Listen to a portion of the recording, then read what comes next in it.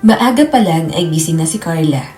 Madilim pa sa labas at ang katahimikan ng bahay ay tila sumasalamin sa loob ng kanyang dibdib. Kalmado pero may bigat. Tumayo siya mula sa kama, tumungo sa kusina at nagsimula ng maglinis. Makalat pa rin ang sala mula sa inuman ng nakaraang gabi. Amoy alak, yosi at pinaghalo-halong pabango ng mga lalaking kaibigan ng kanyang asawa. Anong klaseng party ang ginawa niyo dito? Bulong niya sa sarili habang pinupulot ang mga bote ng beer sa sahig. May isang bote ng red wine sa center table, kalahati ang laman. Sa ilalim ng lamesa, may mangkok ng mani at chips na natapon. Ang mga kutsara at tinidor nagkalat sa ibabaw ng mesa. May bahid pa ng adobo at sinigang. Hindi na siya nagreklamo. Parte na ng routine niya ang maglinis pagkatapos ng mga bisita ni Dylan. Sa totoo lang, sanay na siya. Boss kasi ito sa isang malaking kumpanya. Palaging may meeting, may bisita, may casual hangout. Pero hindi niya lubos maisip kung bakit kailangan pang sa bahay dalhin ang inuman. Hindi ba pwedeng sa bar o sa hotel? Pagkatapos niyang linisin ang sala, nagtuloy na siya sa kusina. Doon, sinimulan niyang magluto ng almusal, sinangag, pritong itlog, hotdog at longganisa, at mainit na sabaw. Paborito ni Dylan tuwing may hangover. Habang hinihintay maluto ang sabaw, inayos niya ang mesa. Napansin niyang nakataob ang frame ng wedding photo nila ni Dylan. Nilapitan niya yon. Bakit naman nakataob to? Tanong niya habang pinupunasan ang salamin ng frame. Pag-angat niya ng frame, biglang nadulas ito sa kanyang kamay at nahulog. Nabasag ang salamin, natulala siya, napayuko at marahang pinulot ang mga piraso. Sa gitna ng frame, naroon pa rin ang litrato nila. Nakangiti, magkaakbay, bagong kasal sa Boracay. Simula pa lang ng pangarap ng pamilya. Napaupo siya sa sofa habang tinititigan ang litrato. Unti-unting nanumbalik sa kanya ang alaala ng unang pagkikita nila ni Dylan. Isang taon matapos siyang graduate sa kolehiyo, na-meet niya si Dylan sa isang corporate training. Siya ay assistant trainer noon habang si Dylan ay isa na sa mga bagong supervisor na pumasok. Palangiti, maginoo at may dating. Isa siyang natural na leader, ika nga ng mga kasamahan. Lahat ng babae na-a-attract sa kanya. Pero sa hindi maipaliwanag na dahilan, kay Carla siya lumapit. Nagpatulong ito sa paggawa ng report at doon nagsimula ang lahat. Pagkalipas ng ilang buwan, naging sila. Sinundan ng engagement at hindi nagtagal ng kasal. Sabi ng lahat, naka-jackpot si Carla. Pero sa kaloob-looban niya, alam niyang may binabantayan siyang puwang, yung pakiramdam na may kulang. Pero inilihim lang niya yon. Pilit niyang pinuno ng pag-aaruga, pag-aasikaso at pag-unawa. Dylan, almusal na, tawag niya mula sa kusina. Narinig niya ang pagbukas ng pinto mula sa kanilang kwarto. Hindi na Han, late na ako. May flight pa ako. Sagot ni Dylan habang nagmamadaling pumunta sa banyo. Teka, ginawan kita ng sabaw. Baka may hangover ka. Wala na akong oras. Sige na, aalis na ako. Hindi man lang siya tiningnan. Walang halik, walang thank you, wala kahit ano. Ni hindi man lang nito napansin ang malinis na sala. Naiwan siyang nakatayo sa kusina, hawak ang bowl ng mainit na sabaw. Nakaramdam siya ng lamig kahit mainit pa ang hawak na bowl ng sabaw. Pagkaalis ni Dylan, naupo na lang siya sa mesa. Mag-isa siyang kumain. Tahimik ang buong paligid, maliban sa tunog ng kutsarang tumatama sa pinggan. Kinuha niya ulit ang wedding photo na nabasag kanina. Inayos niya ang mga piraso at isinirid sa drawer. Pagkatapos kumain, nag-shower na siya.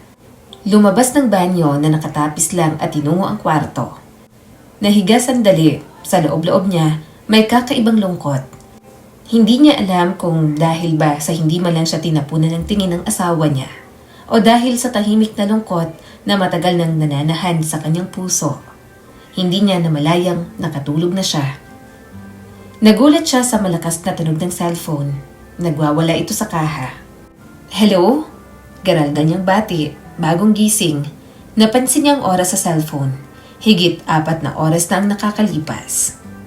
Ma'am, kayo po ba si Ginang Carla Morales? Sabi ng malalim na boses sa kabilang linya. Pansin ni Carla ang urgency sa boses kahit kalmado. Opo, sino po sila? Ma'am, pulis po ito. May balita po kami. Ang asawa niyo po ay naaksidente sa La Union. Nasa ospital na po siya ngayon. Critical po ang lagay. Naniga si Carla para siyang nawalan ng pandinig. Hindi siya makapagsalita. Ma'am. Matagal siyang natulala bago niya sabihin. Opo, pupunta po ako ngayon. Sagot niya, nanginginig ang boses. Nagmadali siyang nagbihis. Sa loob ng 3 oras, nakarating siya sa ospital sa La Union. Hindi niya alam kung paano siya nakapagmaneho. Pagdating niya sa emergency room, sinalubong siya ng nurse upang padiretsohin sa waiting area ng operating room. Naroon siya, kasama ng isang lalaki na parang wala na ring buhay.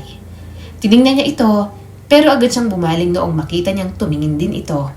Nag-antay sila doon ng higit kalahating oras bago may lumabas na isang doktor.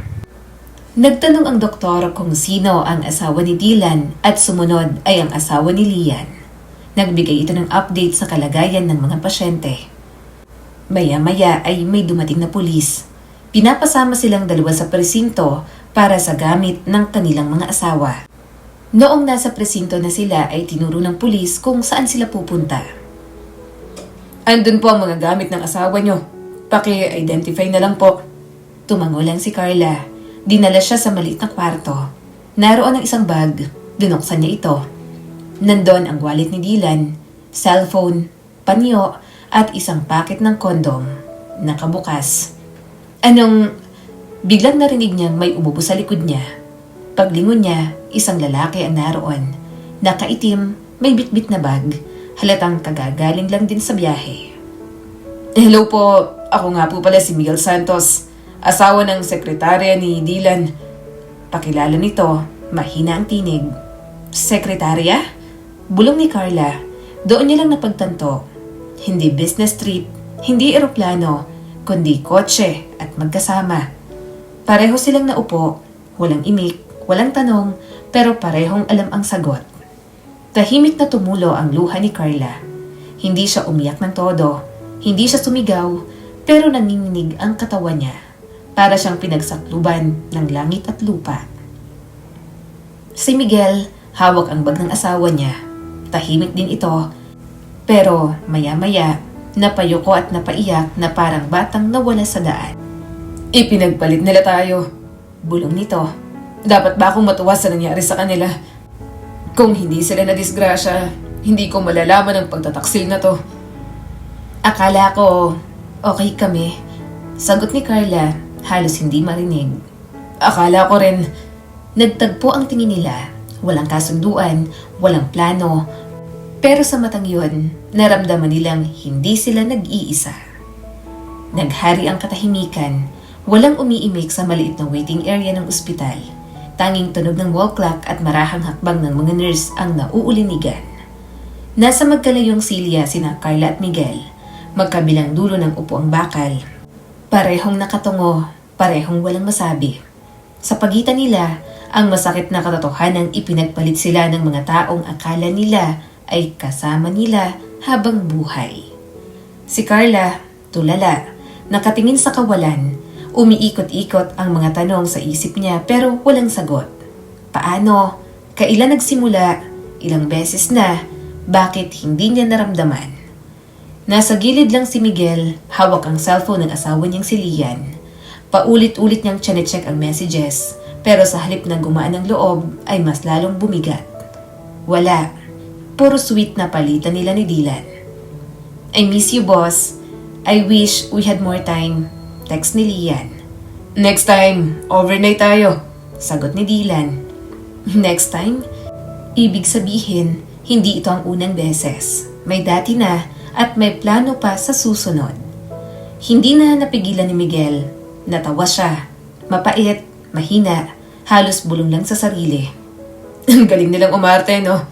Sabay lingon kay Carla. Hindi sumagot si Carla. Pinilit niyang hindi umiyak. Gusto niyang magalit, sumigaw, manampal. Pero wala. Parang naputol ang koneksyon niya sa sariling damdamin. Ang sakit.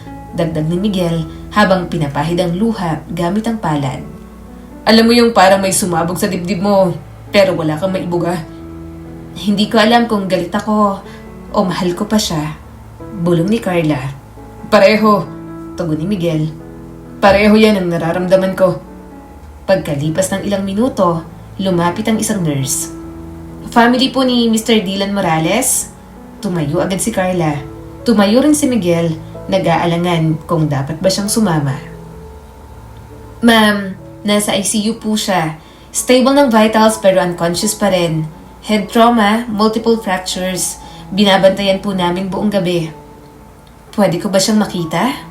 Sandali lang po, isa-isa lang ang pwedeng pumasok. Nagkatinginan sina Carla at Miguel. Tahimik pero parehong may bigat ang mga mata. Sa huli, si Carla ang naunang pumasok. Sa unang pagkakataon, nakita niyang hindi boss si Dylan. Nakahiga, walang malay, may tubo sa bibig, balot ng puti at may benda sa ulo. Wala na ang tikas, ang yabang, ang makinis na mukha. Wala na ang lalaking laging may hawak na cellphone at galit kapag wala sa oras ang pagkakape ng asawa. Eto na siya ngayon, malamig, tahimik, mahina. Lumapit si Carla, marahang naupo sa tabi. Hinawakan ang kamay ng asawa. Gusto niyang kumapit, pero ang kamay ni Dylan ay parang hindi na sa kanya. Parang kamay ng estranghero. Dylan, bulong niya. Anong nangyari sa atin? Hindi na siya umiyak. Napagod na yata ang puso niya. Pero ramdam niya ang puwersa ng sakit sa dibdib. Sobrang bigat. Bakit hindi mo sinabi sa akin? Anong naging problema? Bakit hindi ka nalang nagsabi na ayaw mo na? Na may iba ka na? Huminga siya ng malalim. Pinilit ngumiti. Alam mo ba, kanina ginawan pa kita ng sabaw. Sabi ko baka may hangover ka.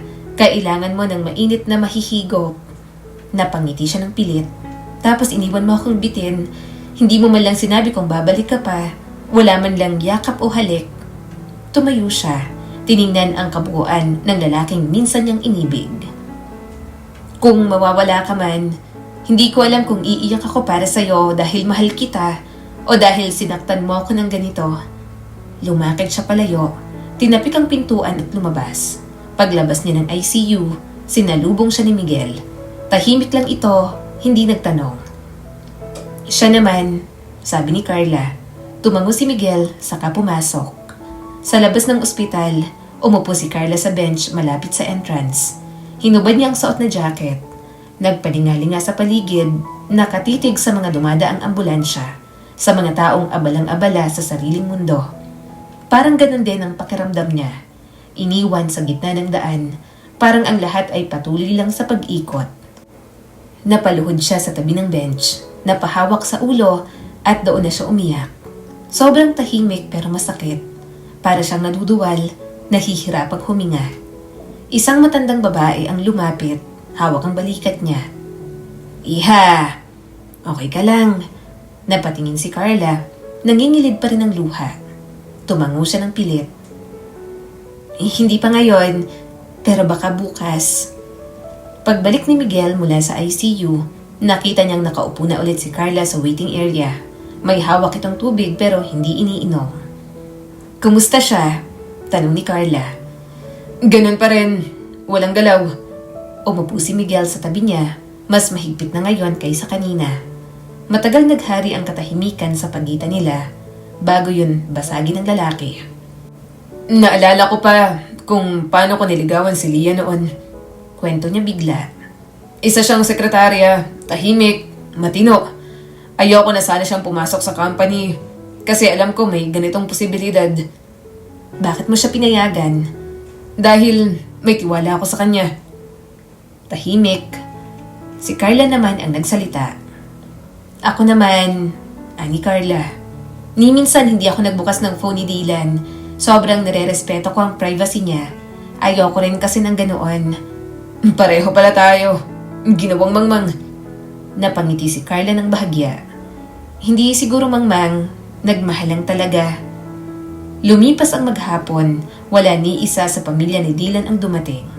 Tinext ni Carla ang hipag niya pero sinabing out of town ang mga magulang nito at hindi pa maaabala. Si Miguel naman, pinilit kontakin ang mga magulang ni Lian pero wala ring sagot. Nasaan nga ba sila kapag hindi tayo ang kasama? Tanong ni Carla habang nakatanaw sa bintana. Siguro, sa lugar na masaya sila. Sa lugar kung saan hindi nila kailangang isipin kung may masasaktan silang iba. Ang sarap siguro nun. Napatingin si Miguel sa kanya. Ang alin? Yung magmahal ng walang iniwang multo. Pagka-uwi nila sa hotel, magkahiwalay pa rin ang kwarto. Nagpa siya si Carla na lumabas sandali. Sumakay siya ng tricycle at pumunta sa tabing dagat. Gabi na, madilim, pero ang alon, malakas, maingay at parang sumisigaw. Umupo siya sa buhanginan, pinanood ang tubig, inalalayan ng hangin ang buhok niya. Napapikit siya. Kasabay ng bawat hampas ng alon sa pangpang, unti-unti niyang binibitawan ang bigat.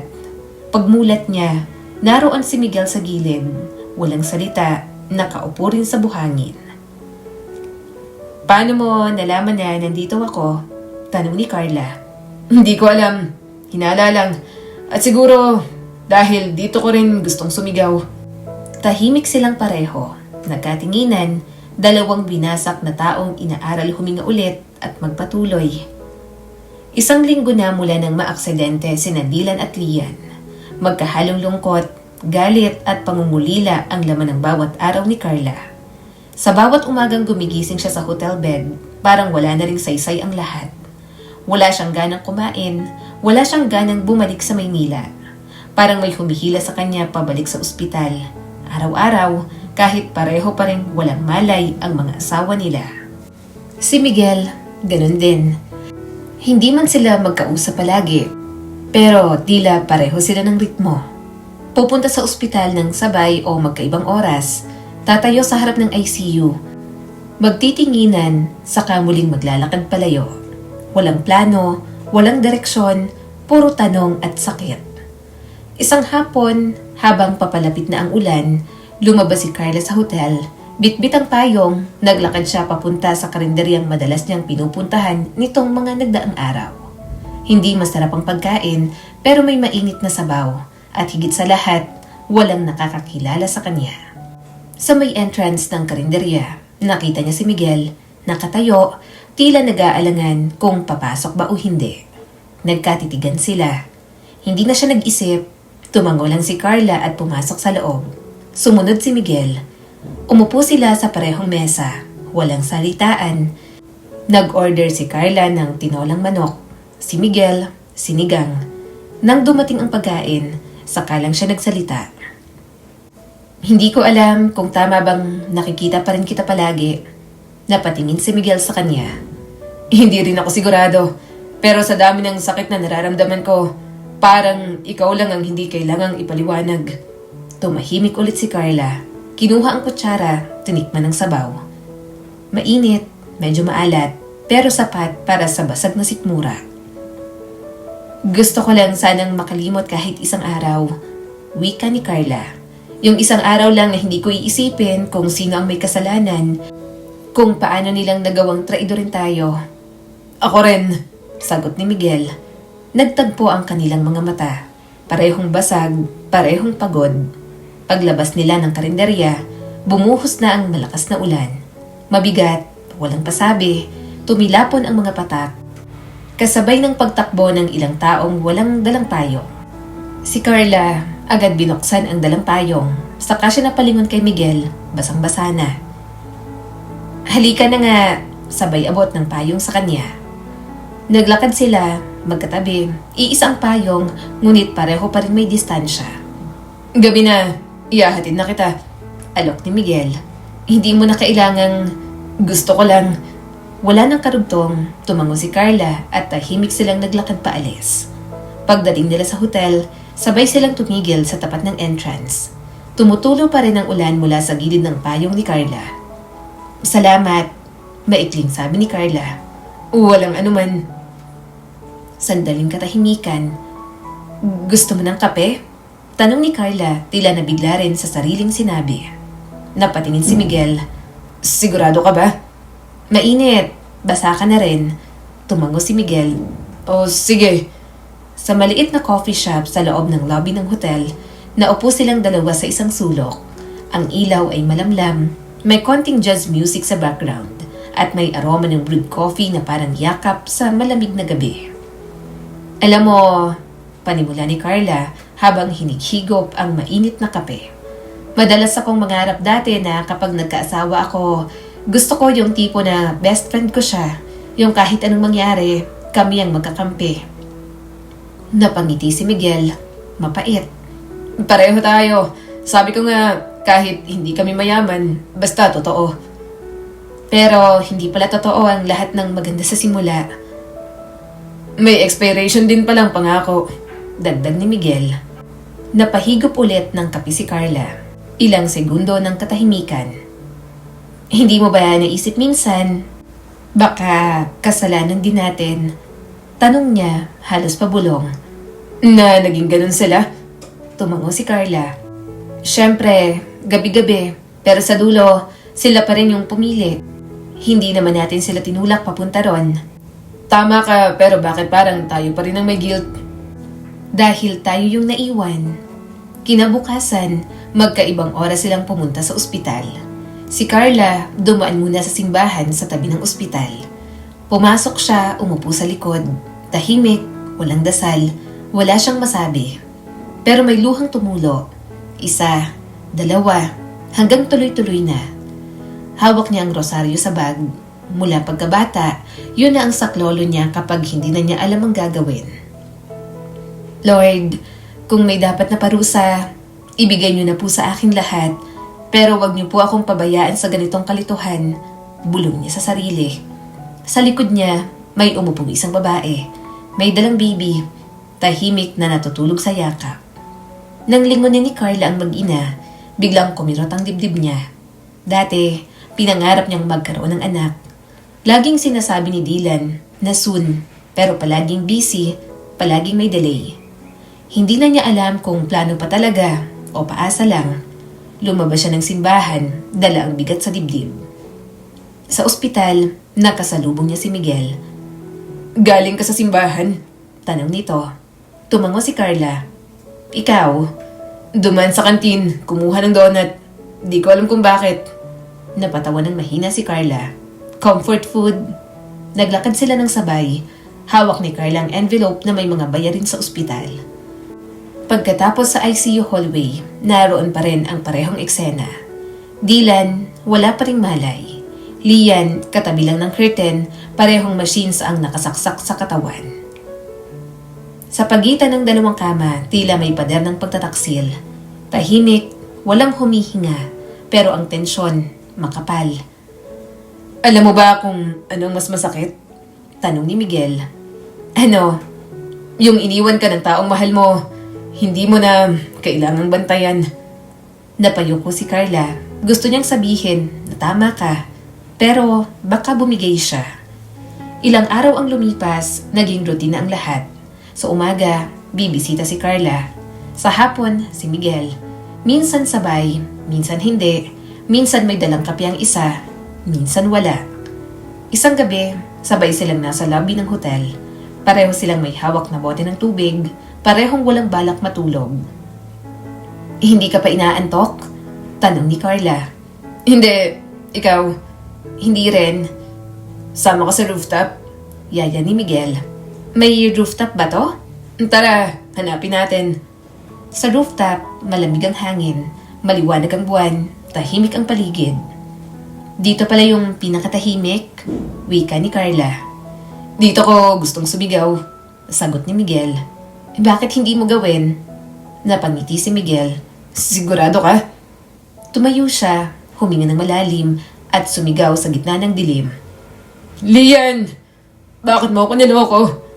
Tumawa si Carla, hindi dahil nakakatawa, kundi dahil sa wakas ay may lumabas. Ako naman, sabi niya. Tumayo rin siya at sa lakas ng hangin, sumigaw. Dylan! Hayop ka! Nagtawanan silang dalawa hanggang sa mapahawak sila sa tiyan, hanggang sa pumatak ang luha pero hindi na ganoon kasakit. Parang nailabas na, nabawasan kahit papano. Habang pauwi na sila mula sa rooftop, naglakad sila sa corridor ng hotel, magkatabi. Bigla silang tumigil sa tapat ng pinto ni Carla. Good night, mahina niyang sabi. Good night. Balik ni Miguel. Tahimik. Carla, Kung hindi sila... Kung hindi sila nandyan, sa tingin mo, may tayo? Napatingin siya sa lalaki. Nagtama ang mga mata nila. Hindi malalim, hindi mapusok, pero may lamlam ng pag-asa. Hindi siya sumagot. Umiling lang ng bahagya. Hindi pa siguro, sabi ni Carla. Tumango si Miguel. Okay lang, hindi naman ako nagmamadali. At saka siya tumalikod. Mag-aalas 12 na ng tanghali nang makarating si Carla sa ospital. Pagkapasok niya sa ICU, bumungad agad ang nurse. Ma'am Carla, gising na po si Mr. Dylan. Conscious na pero medyo disoriented. Naghahanap po sa inyo kanina. Nabigla si Carla. Napaatras ng bahagya. Parang may kung anong humila sa kanyang likod. Pilit siyang pinapauwi. Hindi niya alam kung tuwa ba ang nararamdaman o kaba. Lumapit siya sa pinto ng ICU. Nasilip niya ang loob. Nakatitig sa kisame si Dylan. May benda pa rin sa ulo, nangingitim pa rin ang paligid ng mata, at may tubo pa sa kamay pero gising na. Buhay. Nang pumasok siya, dahan-dahan lang ang kanyang hakbang. Ayaw niyang gumawa ng ingay. Parang may mga tanong pa siyang ayaw niyang masagot. Pumwesto siya sa gilid ng kama. Tumitig kay Dylan. Nang magtagpo ang kanilang mga mata, bigla itong nagsalita. Carla, Hindi niya alam kung galit ba ito o humihingi ng tawad. May pagkalito sa tinig nito. Nanginginig. akala ko wala ka. Dagdag pa nito. Buhay ka. Maikling sagot ni Carla. Tumango si Dylan. Anong nangyari? Tumayo si Carla. Lumapit sa bandang ulo ng kama at inilagay ang kamay sa tabi ng balikat nito. Naaksidente kay ni Lian sa La Union, sa kotse. Critical kayong dalawa.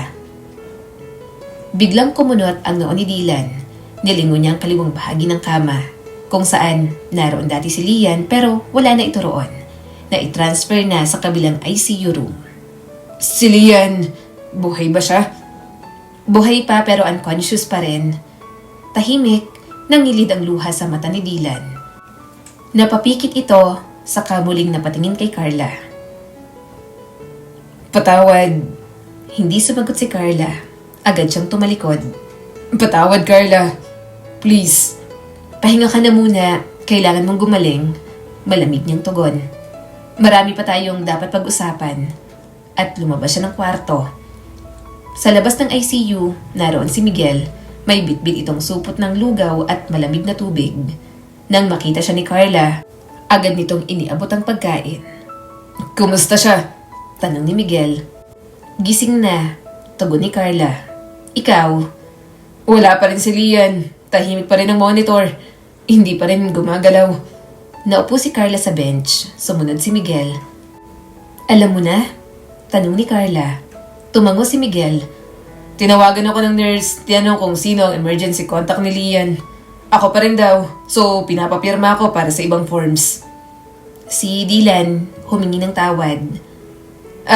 Natural ang response. Lahat naman siguro, kapag muntik ng masawi, bigla kang nagkakaroon ng konsensya.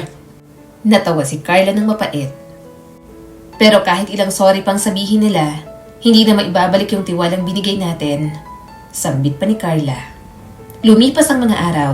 Si Dylan, unti-unting nakakausap pero hindi pa rin makalakad. Si Lia naman, nasa induced coma pa rin. Sa hotel, magkalapit pa rin ang kwarto ni na Carla at Miguel. Wala na ang tensyong una nilang naramdaman. Palitan na ng good morning, nakakain ka na, at gusto mo ng kape? Wala silang binibitiwang pangako. Wala rin silang dinidikta sa isa't isa. Pero may tila katahimikang nag-uugnay sa kanila. Isang gabi, habang malakas ang ulan, kumatok si Carla sa pinto ni Miguel.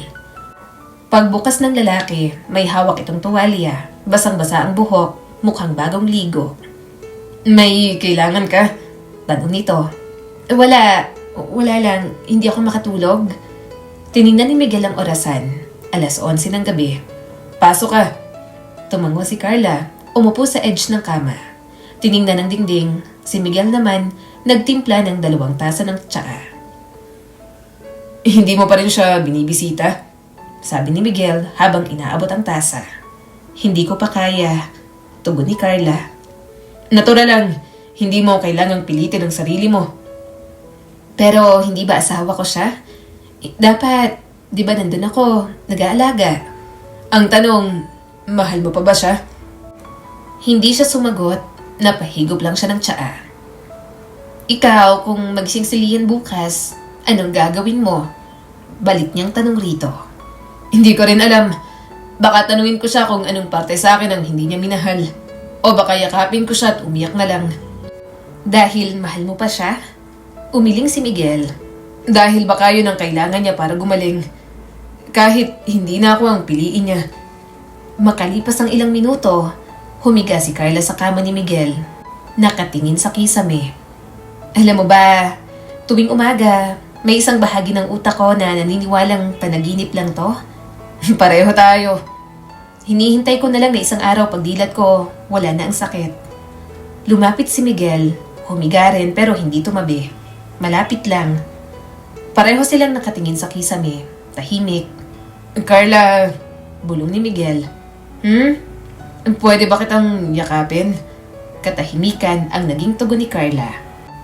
Saglit lang, hindi dahil sa kahit na anong motibo. Gusto ko lang, kahit isang gabi, maramdaman ko ulit na may kasama ako. Dahan-dahang lumapit si Carla. Umikot, humarap kay Miguel, at sa unang pagkakataon, naramdaman nilang pareho na may puwang sa pagitan ng sakit. Yun ang yakap na hindi humihingi ng kapalit. Yakap ng parehong winasak pero pilit bumabangon. Nagtagal ang katahimikan hanggang sa pareho silang nakatulog. Kinabukasan, sabay silang nagising. Walang salitaan sa simula. Parehong tahimik, si Carla ang unang tumayo. Kinuha ang tuwalya, humarap sa salamin. Pasensya na kagabi, Sabi ni Miguel habang inaayos ang kumot. Wala kang kailangang ihingi ng tawad. Hindi ko alam kung tama ang ginagawa natin. Humarap si Carla. Wala naman tayong ginagawa, Miguel. Nagyakapan lang tayo. Pareho tayong sugatan at minsan, kailangan lang talaga ng karamay. Nagkatinginan sila. Hindi mapusok, hindi rin inosente. Pero puno ng respeto sa isa't isa. Pagdating nila sa ospital, sinalubong sila ng nurse. Good morning po. Good news. May eye response na po si Miss Lian. Inobserbahan na lang ng doktor kung tuloy-tuloy ang improvement. Tumango agad si Miguel. Hindi nagsalita. Napatitig siya kay Carla. Papasok ka? Tanong niya rito. Hindi pa siguro. Kailangan ko munang ayusin ang sarili ko. Sa parking lot ng ospital, naupo sila sa loob ng sasakyan ni Miguel. Parehong walang imik, umuulan sa labas, tumutulo ang tubig sa salamin. Baka sa pagising niya, burado lahat. Wika ni Miguel. Baka nga. Baka sabihin niya, wala siyang maalala. Pwede rin. Carla, Sabi ni Miguel. Paano kung may nararamdaman ako para sa'yo? Naghari ang katahimikan noon sa oras na yon. Hindi ko alam. Pwedeng totoo. Pwedeng dahil pareho tayong wasak. Pero nararamdaman ko to, lalo na tuwing tahimik ka. Natutuwa ako na may ganong nagmamalasakit. Pero hindi pa ito ang tamang panahon, Miguel. Tumango si Miguel. Oo, naiintindihan ko. Nang hapong yon, binisita ni Carla si Dylan sa ICU. Nakaupo ito, medyo alerto. May mga tubong tinanggal na. Nakasmile nang pumasok siya. Carla, Bati nito. Kumusta ang pakiramdam mo? mas okay na. Inaantay na lang na makalakad ako ulit. Good. Salamat. Kahit nasakpan kita, nandito ka pa rin. Dahil kailangan mong gumaling at hindi ako ganun kababaw. Katahimikan ang sumunod. May gusto akong sabihin. Alam ko na. Putol ni Carla. May relasyon kayo, hindi ko kailangang marinig ang mga detalye. Pero gusto kong sabihin mo sa akin na hindi ako ang dahilan kung bakit ka nagtaksil sa akin. Carla, Gumaling ka. Pagkatapos nun, kailangan nating harapin ang lahat. Pero ngayon, kailangan mo munang magpagaling. At tumalikod siya habang lumalakad paalis. Hindi na siya lumingon. Makulimlim ang langit. Hindi pa man sumasapit ang gabi, tila balot na ng dilim ang paligid ng La Union. Tumitindi ang hangin, gumuguhit ang lamig sa balat ng mga taong dumaraan sa labas ng ospital. Sa loob, tahimik, Maliban sa mga huni ng monitor at boses ng mga nurse na abala sa ginagawa. Naroon si Carla, nakaupo sa gilid ng kama ni Dylan, nasa dulo ng session ng therapy nito. Unti-unti nang natututong muling igalaw ang mga binti, bagamat may kaunting pilay sa kaliwang paa. Noong matapos ang session, naiwan sila. Tahimik silang dalawa, walang gustong magsalita. Ilang araw pa raw at pwede na akong mailipat sa private room. Ani Dylan, pilit ang ngiti. Maganda yan, mas makakapagpahinga ka ng maayos. Tiningnan siya ni Dylan. Carla, gusto ko sanang magsimula ulit. Ayusin lahat, yung tayo ulit. Tila may humigpit sa sikmura ni Carla. Hindi siya agad nakasagot. Ayusin? Bulong niya. Pagkatapos ng lahat? I know, ang kapal ng mukha ko. Pero Carla, hindi ko kaya mawala ka. Tumawa si Carla ng mapait. Tuyot, kung talagang natatakot kang mawala ako, sana noon pa lang. Hindi ko sinasadya, Carla. Naging mahina lang ako. May mga problema tayong hindi ko kayang sabihin noon. Naging outlet ko si Lian. Outlet? So ako ang stress mo at siyang gamot mo? Hindi ko sinasadyang mahalin siya. Tumayo si Carla, naglakad palayo sa kama. Nilingon niya ito. Alam mo kung anong masakit, Dylan? Yung ginamit mong isang tao para takasan ng sarili mo. Pero hindi mo ako tinanong kung okay pa ba ako. Hindi mo ako tinanong kung pagod na rin ako. Ang alam mo lang, ikaw, makasarili ka? Tila walang naidugtong si Dylan. Napayuko ito at tahimik. Magpagaling ka, wika ni Carla. Pero wag mo akong hintayin bumalik sa dati. Kasi hindi na tayo babalik doon. At tuluyan na siyang lumabas ng kwarto. Habang naglalakad siya papunta sa labas ng ospital, biglang bumuhos ang ulan. Malalaking patak, malalakas at walang paalala. Tumakbo siya pilit sinasalo ng braso ang ulan. Sa kabila ng gate, naroon ang sasakyan ni Miguel. Nakatayo ito sa labas, hawak ang payong. Agad siyang sinalubong at pinagbuksan ang pinto ng passenger seat. Lika, baka mabasa ka. Wika nito. Sumakay si Carla. Hindi siya umiiyak pero basang-basa. Hindi lang ng ulan, kundi ng bigat ng loob. Tahimik na nagmaneho si Miguel. Hindi sila nag-usap hanggang makarating sa beach road. Walang tao sa paligid. Huminto siya sa isang kubo sa may gilid ng dagat. Gusto mo ng kape? Tanong nito.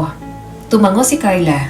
Sa loob ng maliit na cottage na yari sa kahoy, pinainit ni Miguel ang tubig gamit ang portable burner.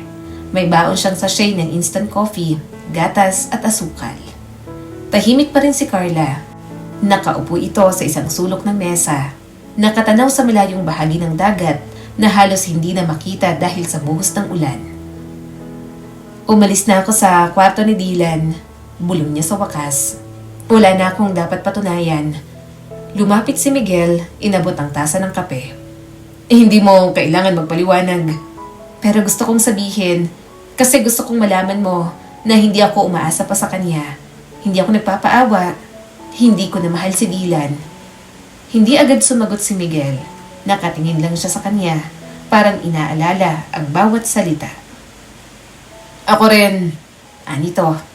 Hindi ko na alam kung mahal ko pa ba si Lian o mahal ko lang ang pinaniniwalaan kong siya noon. Pero nagbago na siya. Napangiti si Carla. Marahang tumayo. Kahit papano, buti na lang at nandito ka. Lumipas ang ilang oras, hindi pa rin tumitigil ang ulan. Sa labas, lumakas na rin ang hangin. Dinig ang hampas ng alon sa mga bato. Parang sinasabayan ng kalikasan ang binabagyo rin nilang damdamin. Naalala mo nung una kitang makita? Tanong ni Carla. Yung sa ospital? Oo, yung sa ospital. Habang nag-aantay, yung tumawag ang doktor para magbigay ng update. Tapos nakita kita. Wala ka ng emosyon sa mukha mo pero alam ko, sira ka sa loob. Tumango si Miguel. Kasi hindi ko na alam kung paano magpapakatatag. Akala ko malakas ako. Pero nung nalaman ko na nagtaksil sa akin ang taong pinagkakatiwalaan ko, para akong tinanggalan ng pagkatao. Lumapit si Carla. Tumabi sa kanyang gilid ng mesa. Malapit, mainit ang kape sa kanilang mga kamay, pero mas mainit ang bigat ng loob na sumusuklob sa kanila. Carla, Pwede ba akong maging totoo? Tumingin siya sa lalaki. Mula pa kanina, hindi ka pa ba totoo? Huminga ng malalim si Miguel. Ang totoo niyan, nahuhulog na ako sa'yo. Nag-freeze ang oras. Tumigil ang mga patak ng ulan sa pandinig ni Carla.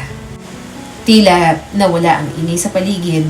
Tanging tinig ni Miguel ang naiwan. Hindi siya makapagsalita agad. Hindi dahil ayaw niya, kundi dahil hindi niya alam kung karapat-dapat siyang makaramdam ng ganoon sa kahit na sino. Hindi mo kailangan sumagot, Dagdag ni Miguel. Hindi ko sinasadyang mahulog. Sa totoo lang, napakatatag mong tao. At doon ako lalong humanga sa'yo. Sorry Carla kung nahulog ako. Nakayukong sabi ng binata. Miguel, hindi ko hinihingi ang puso mo. Hindi pa siguro ngayon. Pero gusto ko lang sabihin, handa akong hintayin ka. Kung kailan mo ko kayang mahalin. Kung kailan wala ng bakas ng kahapon sa buhay mo. Napaluha si Carla. Hindi niya alam kung dahil sa kabiglaan o dahil sa senseridad ng mga mata nito. Hindi kita hinihingi Carla. Gusto lang kitang samahan.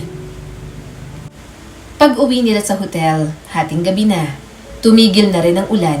Walang kibuan nang makarating sa harap ng pinto ng kwarto ni Carla. Humarap siya kay Miguel. Salamat, wika niya rito. Para saan? Sa hindi pagpilit sa akin, sa pagtanggap sa akin, sa paghihintay kahit walang kasiguraduhan ng lahat. Ngumiti si Miguel. Kahit matagal. Dahan-dahan niyang inabot ang kamay ni Miguel. Hawak lang, walang halik, walang yakap, pero mas matatag pa sa kahit na anong pangako.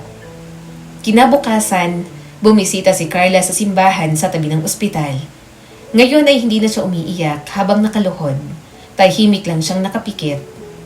Salamat Panginoon, sa sakit, salamat sa tapang kong bumitaw, at salamat sa bagong simula. Paglabas niya, nagkasalubong sila ni Miguel. Nakaitim ito, may dalang maliit na kahon. Ano yan? Tanong ni Carla. Mga gamit ni Lian. Pinadala ng pamilya niya. Nasa Cebu raw sila at hindi makadalaw. Gusto nilang ako raw ang bahala sa lahat. Anong plano mo? Ililipat ko siya sa Maynila sa susunod na linggo. Doon na siya magpapagaling.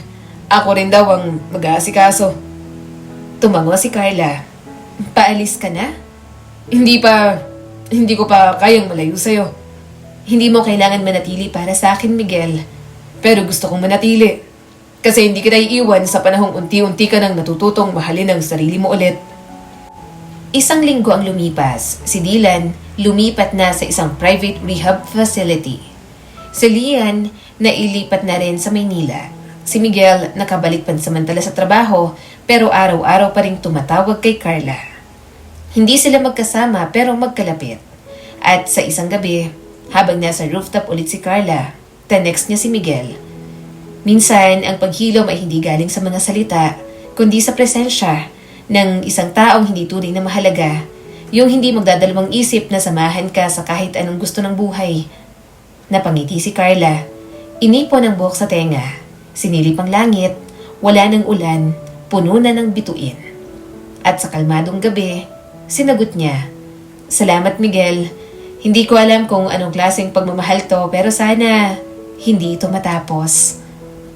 Isang buwan na ang lumipas mula nang umalis si Miguel pauwi sa Maynila. Si Carla nanatili pa rin sa La Union para sa sarili niyang kapayapaan. Hindi sila agad bumalik sa lungsod, hindi dahil sa takot kundi dahil sa wakas may panahon na siyang inilaan para sa sarili. Hindi niya rin agad kinausap si Dylan. Alam niyang hindi pa siya handa. Ang mga mensahe nito sa kanyang phone puro, "Kumusta ka? Gusto kitang makita." O, "Magsimula ulit tayo." Pero hindi niya sinasagot. Sa tuwing may tawag, pinapanood niya lang itong mag-ring. Tila bahagi na lang ng nakaraan na hindi na niya gustong buhayin muli. At habang patuloy siyang nananatili sa isang tahimik na beach house, na mismong si Miguel ang nagrekomenda sa kanya, natutunan niya ang isa sa pinakamahalagang leksyon. Hindi kailangang makalimot para makalaya. Minsan, kailangan makaalala para mas pumili ng tama. Sa gabi ng ika-40 araw mula nang umalis si Miguel, dumating ang isang sulat. Hindi email, hindi text, isang liham at handwritten yon. Carla, hindi ko alam kung paano magsisimula. Pero gusto kong sabihin na mula nang bumalik ako sa Maynila, hindi na ako mapalagay. Hindi dahil sa narito si Lian, kundi dahil iniwan ko dyan ang isang bagay na totoo. Ikaw yun. May mga gabi na iniisip ko kung dapat ba akong bumalik. Kung dapat ko ba talagang ituloy pa ang lahat ng to. O hayaan na lang na maghilom tayo ng mag-isa. Pero sa bawat tanong, ang sagot ko ay ikaw pa rin. Hindi ko alam kung paano mo ako iniisip. Baka naisip mong isa lang akong pansamantalang karamay. O baka akala mong nagsinungaling ako nung sinabi kong mahal kita. Pero sana, kahit isang bahagi ng puso mo, paniwalaan mong totoo ako. Mahal kita, Carla. Hindi bilang kapalit, hindi bilang ganti, kundi bilang ikaw. Kung sakaling handa ka na, hindi man ngayon, hindi man bukas, kundi kung kailan mo mararamdaman na deserve mong mahalin ng buong mundo, nandito lang ako. Miguel. Napaluha si Carla matapos basahin ang liham. Binasa niya ito ng isa pa at isa pa. Napaluha siya hindi dahil sa lungkot, kundi dahil sa takot. Takot na magmahal siyang muli. Takot na baka mawala na naman. Pero higit sa lahat, takot na baka totoo na ito at baka masaktan na naman siya. Tumayo siya, lumabas ng bahay. Tumambay malapit sa bangka habang pinapanood ang mabagal na pagapang ng alon sa dalampasigan. Naisip niyang baka panahon na. Panahon na para muling humarap sa lahat. Panahon na para bumalik. Sa Maynila, makalipas ang 3 araw, mainit ang simoy ng hangin sa lungsod. Traffic, maingay, lahat ay nagmamadali. Pumunta si Carla sa ospital kung saan kasalukuyang nakakonfine si Lian para sa tuloy-tuloy na physical therapy at cognitive recovery. Ayon sa mga nurse, nakakakilala na ito pero tahimik pa rin. Madalas tulala. Hindi pa bumabalik sa trabaho. Naroon si Miguel nakaupo sa bench sa labas ng therapy room. Suot nito ang isang simpleng polo pero mukhang ilang araw ng puyat. Nang makita siya, napatingin agad si Miguel. Walang salita pero baka sa mata nito ang gulat, tuwa at kaba. Carla, Mahinang usal nito. Tumango lang si Carla.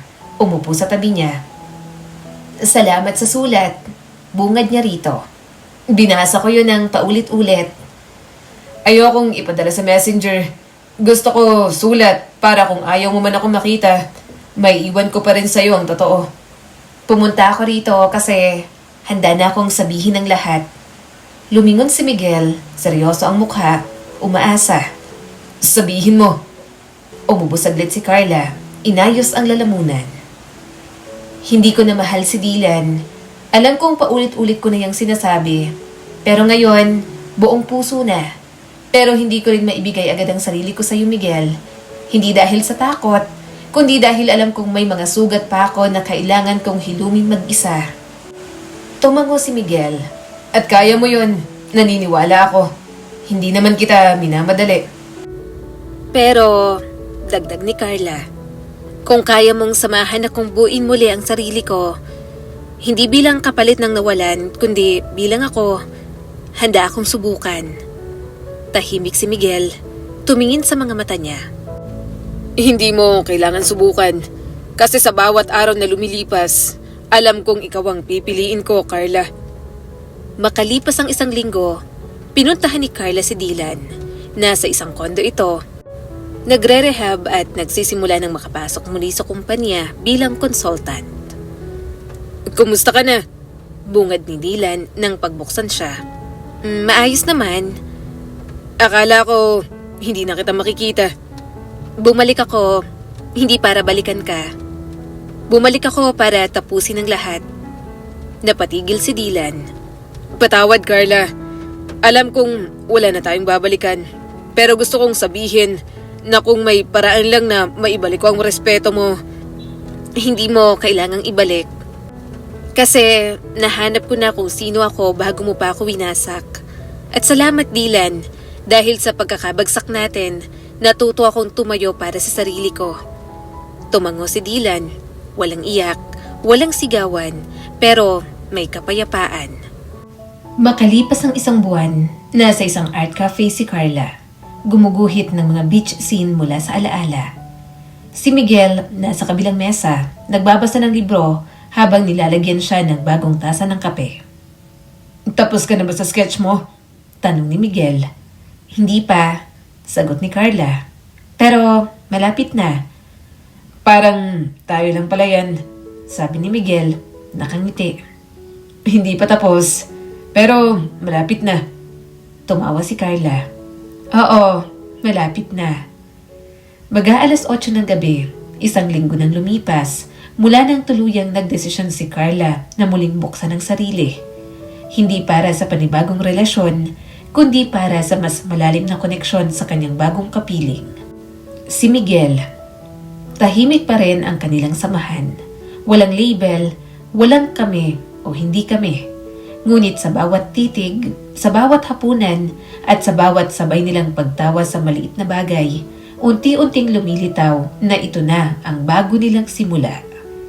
Ngunit ang ganda ng isang panibagong bukas ay minsan ding tinatambalan ng ulap mula sa nakaraan. At sa gabing yon, may isang aninong paparating. Nasa balcony si Carla ng kanilang bagong tinutuluyang apartment sa Quezon City. Simula nang bumalik siya mula sa La Union, napagpasyahan niyang huwag nang bumalik sa lumang bahay nila ni Dylan. Too many memories, too many ghosts. Kaya't nang inalok siya ni Miguel na tumira sa isa sa mga unit na pagmamayari ng kumpanya ng pamilya nito, tinanggap niya yon, hindi bilang pagsandig, kundi bilang panimulang yugto ng sariling buhay. May hawak siyang tasa ng tsaa habang pinagmamasdan ang mga ilaw ng lungsod. Sa likod niya, si Miguel ay abala sa pagluluto ng pasta. Miguel, tawag niya rito. Alam mo bang ngayon ko lang ulit naramdaman na ligtas ako? Mula sa kusina, sumagot si Miguel. Sa tingin ko, hindi dahil sa akin yan, Carla. Ligtas ka dahil pinili mong buuin ulit ang sarili mo. Ngumiti siya. Salamat din dahil hindi mo ako minamadali. Hindi kita kailanman mamadaliin. Balik ni Miguel. Pero Carla, may dapat akong sabihin. Huminto si Carla sa pag-inom ng tsaa. Hindi dahil sa takot, kundi dahil sa tono ng boses ni Miguel. Malumanay, ngunit may bigat. Lumapit siya sa mesa.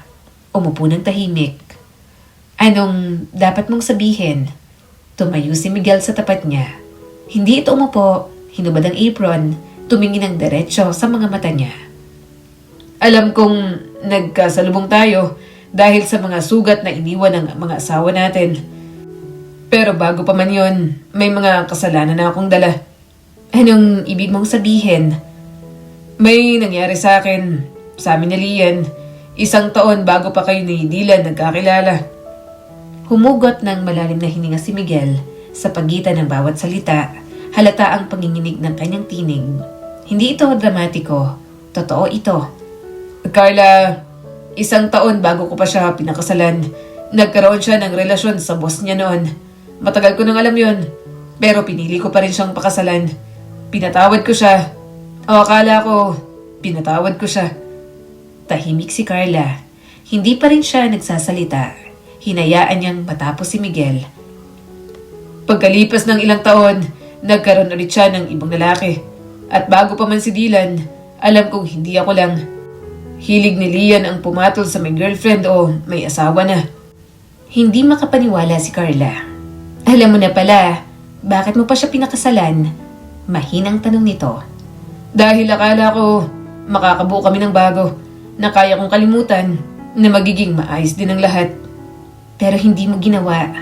Hindi, naging selfish ako. Oo, aminado ako. Sarili ko lang inisip ko, kaya nung dumating si Dylan, alam kong iba siya. Kilala ko ang tipo ng asawa ko. Alam kong malapit nang masira ang lahat. Pero hindi ko siya pinigilan. Napayuko si Miguel, parang nagsisisi. Napatingin si Carla sa kanya, punong-puno ng lungkot. Hinayaan mong mangyari? Tumango si Miguel. Hindi ako nakialam sa kanila. Nagtiwala ko kay Lian na magbabago pa siya. Sabi ni Miguel. Tumayo si Carla, lumapit sa bintana. Hawak-hawak pa rin ang tasa ng tsaa. Alam mong galit na galit ako kay Dylan. At ngayon, nalaman kong ikaw, alam mong may nangyayari at wala kang ginawa. Hindi kita ginamit, Carla. Pero nagamit ako ng katahimikan mo. Tumulo ang luha sa mga mata ni Carla. Pero hindi siya sumigaw, hindi siya nagwala, hindi niya sinaktan si Miguel. Ngunit kitang-kita sa katawan niya ang tensyon. Patawarin mo ako, Carla, kung naging selfish ako. Naisip ko na kahit pagbawalan ko sila, kung gusto talaga nila, gagawa pa rin sila ng paraan. Sorry. Lumipas ang magdamag, hindi na natulog si Carla sa apartment nila. Umuwi siya sa hotel kung saan siya unang nag-check-in sa Maynila mula sa La Union. Pamilyar ang kwarto, malamig ang aircon, at pamilyar din ang lungkot. Sa sandaling ito, tila bumalik siya sa pagiging Carla na umiyak sa bangketa ng ospital. Pero iba na ngayon, hindi siya basag, hindi siya galit, pero sugatan siyang muli. Tumawag si Miguel kinabukasan. Hindi niya sinagot, pero may mensahe. Patawad dahil hindi ako umaksyon noon. Please, Carla, hindi ako papayag na mawala ka nang hindi ako lumalaban. 3 araw ang lumipas. Sa 4th araw, habang naglalakad si Carla sa parke, may isang batang babae na lumapit sa kanya at inabot ang isang maliit na papel. Para po sa inyo, ngiti ng bata. Nang buksan niya ito, isa na namang liham. Carla, kapag nabasa mo to, malamang galit ka pa rin. At wala akong karapatang pigilan yon. Pero sana, bigyan mo ng puwang ang panibagong tanong. Sa lahat ng sakit na iniwan ko sa'yo, ako pa rin ba ang pipiliin mong kasama kapag okay ng lahat? Alam kong hindi mo ko kailangan, pero ako kailangan kita. Hindi para punan ako, kundi para ipaalala sa akin na kaya kong magmahal ng hindi tinatakasan ng sakit. Maghihintay ako, pero kung darating ang araw na hindi mo na ako pipiliin, sana masaya ka pa rin. Kasi sa dulo, mahal kita, Carla, kahit wala ka. Miguel. At sa gabing yon, bumalik si Carla sa apartment. Pagbukas ng pinto, walang tao, tahimik. May natuyong coffee mug sa mesa at isang sketchpad. Sa loob may drawing si Miguel ng isang babae sa harap ng dagat. May ngiting konti lang, may buhok na lumilipad sa hangin. Sa gilid, may nakasulat. Hindi ko siya minadali. Hinihintay ko lang siyang bumalik sa sarili niya. Napaiyak si Carla hindi dahil nasaktan siya, kundi dahil alam niyang ito na ang huling sugat na kailangang pagdaanan para maging buo muli. Isang tahimik na umaga ang dumating. Ang liwanag ng araw ay banayad na tumatama sa puting kortina ng apartment. Ang mga ibon sa labas, tila may ritmo sa kanilang huni. Walang ulan, walang kulog, kundi liwanag lang. Nakahiga si Carla sa kama, gising ngunit hindi pa gumagalaw. Sa kanyang dibdib, may kakaibang payapa. Parang sa wakas, wala na siyang pinipilit, wala na siyang inaasahan, at wala na rin gustong patunayan. Ang katahimikan ng paligid ay hindi na nakakatakot, kundi kaibig-ibig. Tumayo siya, naglakad papuntang kusina. Kumuha ng mainit na tubig, bumalik sa sala kung saan naroon pa rin ang sketchpad na naiwan ni Miguel. Binuklat niya itong muli. Nandun pa rin ang drawing niya sa harap ng dagat. Hindi perpekto ang pagkakaguhit pero may damdamin. At sa sulok ng pahina ay may idinagdag na maliit na detalye. Isang lalaking nakatayo sa malayo, hindi nalapitan ng babae, ngunit nakatanaw.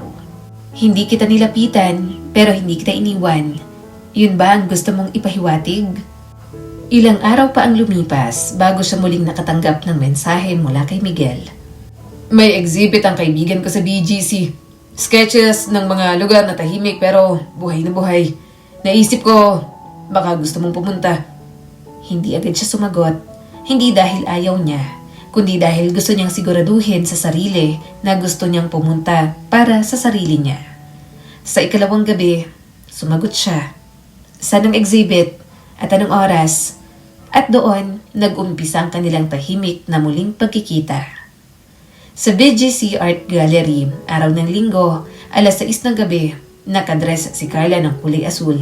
Walang make-up, naka-ponytail at simple, malinis, ngunit sa kanyang tindig, kita ang lakas ng loob ng isang babaeng hindi na kailangang magpaliwanag. Pagpasok niya sa gallery, maraming tao, may musika, may alak, at may artworks na halos puro dagat, bundok at tahimik na bayan. Walang tao sa loob ng mga sketches, puro tanawin. Parang siya.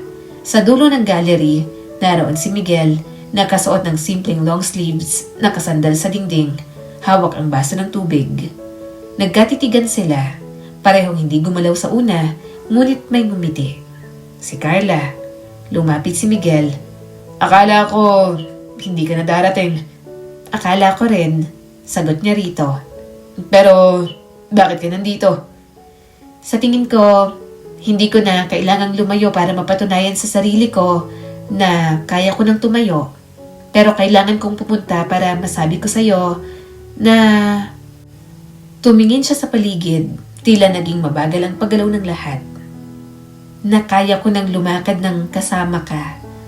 Napabuntong hininga si Miguel. Napangiti. Mahal na mahal kita, Carla. Ngumiti rin siya pabalik. Hindi mo na kailangang ulitin.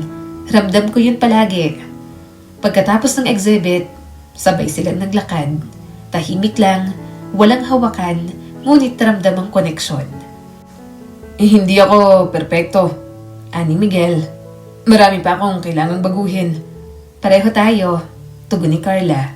Pero ang mahalaga, hindi tayo umaasa sa isa't isa para buuin ang sarili natin. Nandito tayo dahil pinili nating magkasama. Tumigil sila sa tapat ng maliit na parke. May mga bata pa rin naglalaro kahit gabi na. May mga matatandang nagkakape. Hindi ko akalaing ito ang magiging dulo ng kwento natin, ani Carla. Baka hindi pa ito ang dulo, sagot ni Miguel. Baka ito pa lang ang simula. Mabilis lumipas ang 3 buwan.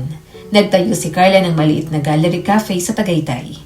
Pinagsamang art space at kainan kung saan maaring magpinta, magbasa, at magpahinga ang mga tao. Tinawag niya itong tahimik. Simple ang lahat. Mura ang kape, may libreng papel at lapis para sa gustong gumuhit. At sa sulok, isang pader na may nakasulat. Dito, hindi mo kailangang ipaliwanag kung bakit katahimik. Isang umaga, dumating si Miguel. Bitbit ang kanyang lumang kamera, suot ang maputik na sapatos. Galing sa shooting gig sa isang bundok. Wala ka pang breakfast, ani Carla. Ngumiti si Miguel. Pero, nandito ka. Naman, palagi. Makalipas ang 1 taon, sinulatan ni Carla ang sarili. Dahil sa pagsusulat, mas na-organize niya ang iniisip niya. Carla, minsan akala mo, ang pinakamasakit na pagtatapos ay ang pinakamasamang pangyayari sa buhay mo. Pero ngayon alam mo na, minsan kailangan mong masaktan para bumalik ka sa sarili mo. Hindi mo pinilit ang pagmamahal, hinayaan mong hanapin ka nito. At ngayon, hindi mo siya hawak pero pinili mong manatili. Dahil sa lahat ng lugar sa mundo, ang pinakatahimik ay kung saan ka piniling mahalin. Ngayong buo ka na, pero kung sakaling masaktan ka ulit, alam kong alam mo sa sarili mong kaya mo na. Hindi dahil may kasama ka, kundi dahil pinili mong maging ikaw muna bago pa man siya dumating. Mula nang mapagdesisyonan ni Carla at Miguel na baguhin ang takbo ng kanilang mga buhay, hindi nila ito ginawa sa isang iglap o sa init ng damdamin, kundi sa dahan-dahang paghubog ng sarili batay sa mga sugat na tinanggap at ginawang aral. Sa Hall of Justice sa Maynila, sa Family Court Branch. Ginang Carla Morales, sigurado ka bang nais nyo ang ganap na pagpapawalang bisa ng inyong kasal ni Mr. Dylan Morales? Tumango si Carla. Diretso ang likod, matatag ang tinig. Opo, kagalang-galang. Sa anong kadahilanan? Matagal na po kaming hiwalay at ang batayan ng annulment ay psychological incapacity. Napatunayan na pong hindi na kami emotionally compatible at ang kasal ay hindi na ayon sa tunay na layunin ng pag-aasawa.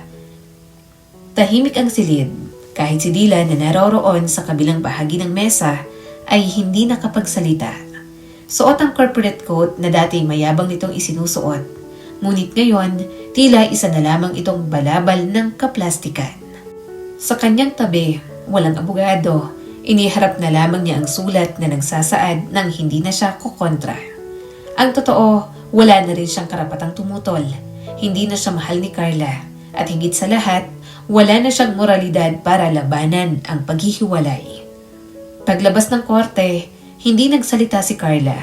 Hawak ang envelope ng desisyon ng hukuman, tahimik siyang naglakad pababa ng hagdan.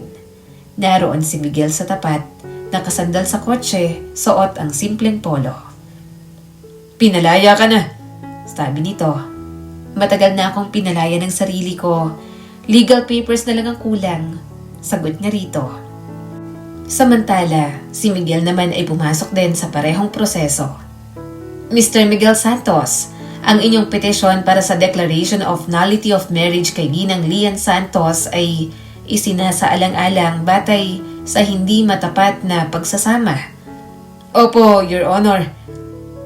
"May ebidensya ba kayong iniharap ukol sa pagkakaroon ng third party habang kayo ay legal na kasal?" May ibinaba ang abogado, ang litrato ni Lian at Dylan sa isang private resort. Nakuha pa bago ang aksidente. May petsa, may pangalan ng hotel, may testimonya. Batay sa ebidensyang ito, ang hukuman ay nagbibigay ng deklarasyon ng kawalang bisa ng kasal mula sa simula pa lamang. Sa sandaling yon, nakaramdam si Miguel ng kaunting kirot. Kahit pa matagal na niyang napatawad si Lian, masakit pa rin pala kapag tinatakan na ng batas ang pagkalansag ng isang bagay na minsang ipinaglaban mo. Si Dylan, matapos ang kontrobersya ng kanyang relasyon sa sekretarya, ay tinanggal bilang board of directors sa kumpanyang pinaghirapan niyang paunlarin. Ilang shareholders ang nagbitiw ng suporta. Naging laman ng chismis sa corporate circle ang dahilan. Hindi lang dahil sa moralidad, kundi dahil sa kapabayaan niya sa trabaho habang abala sa pakikipagrelasyon sa ibang babae. Lumipat siya sa isang maliit na kumpanya bilang consultant. Ngunit malayo na sa dati niyang kapangyarihan. Isang umaga, nakita siyang nakaupo sa isang coffee shop, mag-isang nagsusulat sa notebook. Sabi ng barista, lagi raw itong nagnanakaw ng tingin sa mga taong may kasamang mahal nila. Tila hinahanap ang dati niyang sarili, o baka si Carla. Samantala, si Lia naman, matapos makarecover mula sa coma ay umuwi na sa probinsya. Ang mga magulang niya ay hindi na siya sinundo, nawalan siya ng trabaho sa kumpanya, hindi niya maaatim na pumasok pa dito. Para sa kanya, wala na siyang mukhang iaharap sa mga katrabaho. Hindi siya pinakasalan ni Dylan, ang akala niya pangmatagalang pag-ibig ay naging panandali ang pagtatago. Minsan, sa isang interview sa ospital, kung saan siya nagbo-voluntaryong maging receptionist, tinanong siya ng bagong kaibigan kung naniniwala ba siya sa second chance. Ang sagot niya, "Naniniwala ako. Subalit, hindi lahat ng pinili mong saktan ay babalik para bigyan ka ng pangalawang pagkakataon." Isang taon matapos mapawalang bisa ang kanilang mga kasal, magkasama na sina Carla at Miguel sa isang bahay sa Tagaytay. Hindi sila nagpakasal, hindi pa, dahil pareho nilang alam na ang pagkakabuo ng isang pamilya ay hindi minamadali. Ngunit sa bawat araw na dumaraan, pinatutunayan nilang totoo ang pagiging magkasama. Hindi dahil sa papel, kundi sa presensya. Naging abala sila sa pagpapatakbo sa kanilang negosyo. Marami ang mga taong dumadayo para doon makapagsulat at magdikit sa pader nila. Isa pa sa atraksyon ay ang isang sulok ng cafe kung saan nakasabit pa rin ang unang sketch ni Miguel kay Carla. Yung drawing habang nakatayo siya sa tabing dagat. At sa ilalim nito, nakasulat ang mga salitang, "Hindi kita nilapitan pero hindi kita iniwan." Bumuhos ang ulan isang hapon. Walang bisita sa cafe. Nasa studio si Carla, gumuguhit. Si Miguel, nasa kusina, naghahanda ng tinolang paborito nito. Tumunog ang cellphone ni Carla. Mensahe mula sa isang dating customer na naging kaibigan niya. "Miss Carla, may kakilala kung gustong ipa-feature ang kwento niyo sa isang documentary series tungkol sa mga taong muling natutong magmahal pagkatapos ng pagtataksil." Hindi siya agad sumagot. Tinawag niya muna si Miguel. "Gusto mo ba?" Tanong niya rito. "Hindi ko kailangan ng kwento. Pero kung makakatulong sa iba, bakit hindi? Tumango si Carla. Basta tayo magsusulat ng script. Ngumiti si Miguel. At tayo rin ang pipili ng ending. Makalipas ang 6 na buwan, may binuksang bagong branch ng cafe Tahimik sa La Union. Sa mismong lugar kung saan nagsimula ang sakit, doon na rin nagtanim ng bagong ugat sina Carla at Miguel. Sa bukana ng cafe, may signage. Dati, dito kami bumagsak. Ngayon, dito kami tumayo. At sa isang post sa social media, isinulat ni Carla, sa mga iniwan, niloko at pinagtaksilan, hindi mo kailangang maghigante para makaganti. Minsan sapat ng manahimik, magpatuloy at hayaang manahimik ang mga taong sumira sa iyo habang abala kang binubuo ang sarili mo. Ang katahimikan, kapag may kapayapaan, yon ang pinakamalakas na tanda ng tagumpay. Sa veranda ng bahay nila sa Tagaytay, magkasamang nakaupo sina Carla at Miguel. Parehong may hawak na kape. Sa tabi, isang bata. Hindi nila anak, kundi pamangkin ng kaibigan. Tinuturuan ni Carla kung paano gumuhit.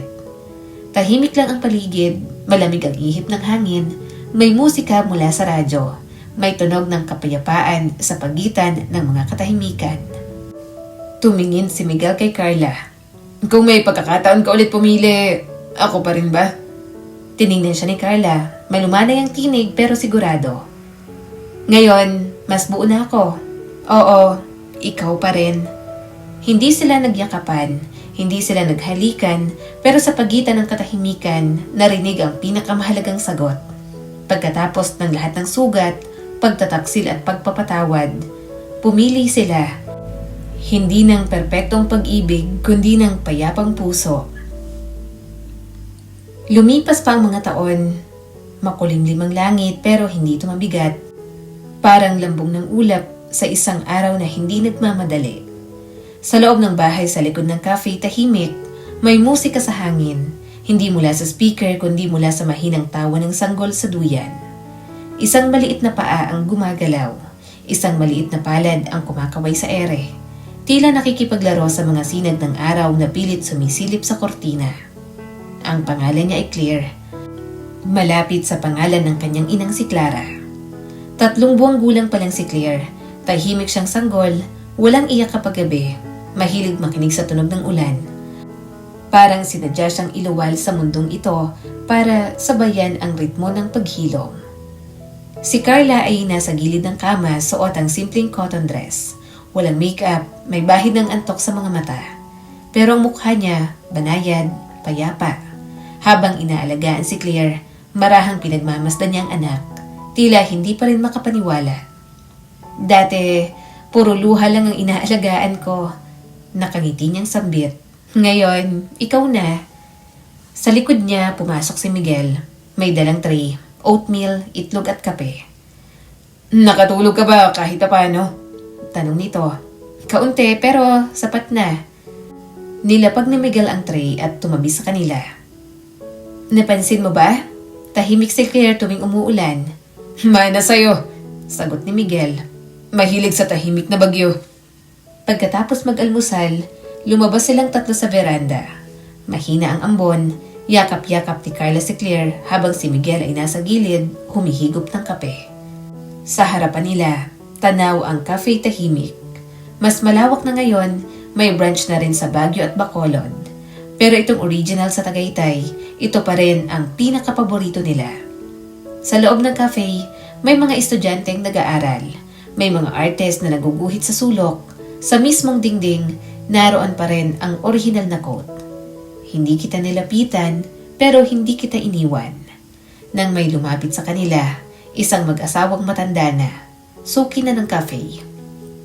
Oy, dumagdag na palang tagapagmana ng katahimikan.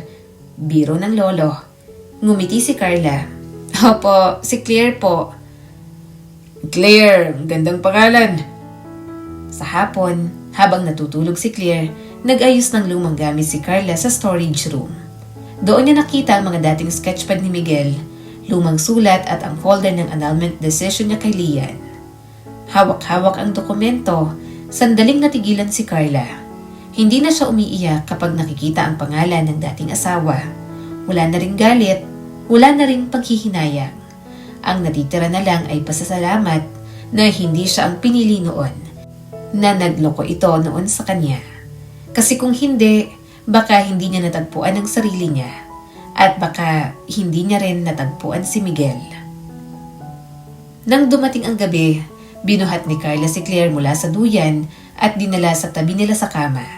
Si Miguel nagbabasa ng libro sa gilid habang si Carla ay pinahehele ang sanggol. Mahal mo pa rin ba ako kahit may stretch marks na ako? Biro ni Carla. Tumawa si Miguel. Mas lalo pa. Yung stretch marks mo, ebidensya yun ang tibay mo. Para kang kwento ng bundok, hindi pino. Pero walang kasing ganda. Ang poetic mo talaga. Ang totoo, kahit wala kang sabihin, sapat ka na. Tumahimik sila sandali. May tanong ako, Miguel. Pabulong na sabi ni Carla. Ano yun? Kung isang araw mawala ako, kakayanin mo pa rin bang maging tahimik? Umiling si Miguel. Hindi. Pero hindi rin ako magwawala. Tatahimik pa rin ako. Pero hindi dahil buo ako, kundi dahil buo mo kong minahal habang nandito ka. Ngumiti si Carla. Yan na siguro ang pinakamagandang sagot sa buong buhay ko. At habang bumabagsak ang ulan sa bubong ng kanilang tahanan, habang pinapahili nila ang anak na para bang isang regalo ng kapayapaan, muling nanahimik ang mundo. Hindi dahil walang problema, kundi dahil sa wakas, naroon na sila sa lugar kung saan hindi na kailangang sumigaw para maramdaman na mahal ka. Ang kwento ni na Carla at Miguel ay paalala na ang tunay na paghilom ay hindi laging madali, tahimik o mabilis. Minsan, kailangan mong masaktan ng buo upang matutong buuin muli ang sarili mo. Hindi para bumalik sa dati, kundi para piliin kung sino ka na ngayon. Hindi lahat ng nagmamahal ay kailangang manatili at hindi lahat ng nang-iwan ay kailangang habulin. Sa huli, ang tunay na tagumpay ay hindi paghihigante, kundi ang kapayapaang dumarating kapag pinili mong magpatawad, humakbang pasulong at tanggapin na karapat-dapat ka ring mahalin ng totoo, ng buo at ng malaya. Muli, ako po si Skylar Guro at sana may bago na naman kayong natutunan sa kwento natin ngayon. Maraming salamat po.